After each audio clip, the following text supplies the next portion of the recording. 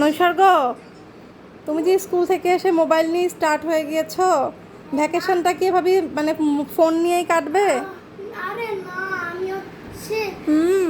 লেখাপড়াও করবো। তো আমি আমি আমি ভ্যাকেশনে তো নানু বাড়ি যাবো, লেখাপড়া একটু একটু ঠিক আছে, এই যে আর 6 ডেজ পরে তো ঈদ, তুমি ঈদ ভ্যাকেশনে নানু বাড়ি যাবে, ঠিক আছে, ঈদের পরের দিন, ভালো কথা।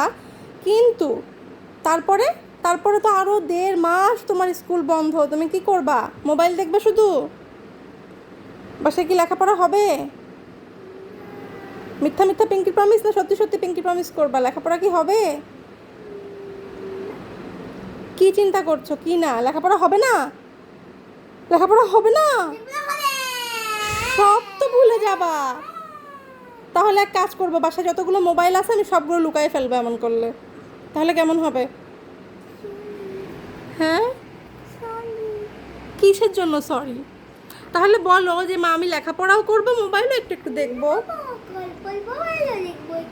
ঠিক আছে, 1 আওয়ার টিভি দেখবে, 1 আওয়ার মোবাইল দেখবে, আর লেখাপড়া করবে, ঠিক আছে? উইপ্পি না, বলো ওকে। Pinky promise? সত্যি সত্যি? ওকে, বাই বাই।